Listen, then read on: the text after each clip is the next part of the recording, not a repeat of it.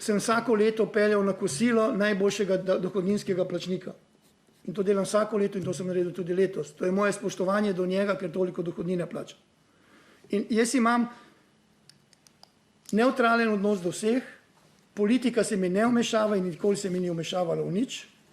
Tako da ne vem, prav gotovo pa po vsem tem, kar smo danes poslušali in kar sem poslušal in kar ste vi spraševali, je to očitno preiskovalna komisija Ivana Simiča in Fursa. Torej, to je daleč od tega, zakaj sem jaz danes prišel sem, zakaj sem se tudi mogoče pripravil. Torej, zdaj sem pa pripravljen za vaše naslednje vprašanje.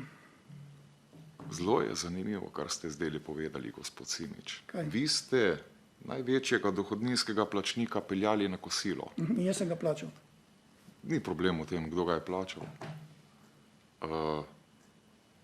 Problem je v tem, kako ste vi izvedeli, kdo to je. To je davčna skrivnost. Vi nimate pravice vpogleda v te podatke, se opravičujem. Sploh pa ne zato, da bi ga peljali na kosilo. Vsekakor. Bil je navdušen. In imate zakonsko pravico najdeti v registrih Fursa, kdo je plačal največ davka poimensko, pri dohodnini gre za fizično osebo, ne gre za pravno osebo. Vsekakor. In vi danes trdite, da to lahko zakonito počnete. In če ste to počeli v njegovem primeru, gospod Simič, potem ne moramo izključiti, da tega niste počeli tudi v kakršnih drugih politično motiviranih primerih, potencialnih, da ne bo pomote. Ker gledajte, jaz odgovorim odkrito, nimam kaj skrivati.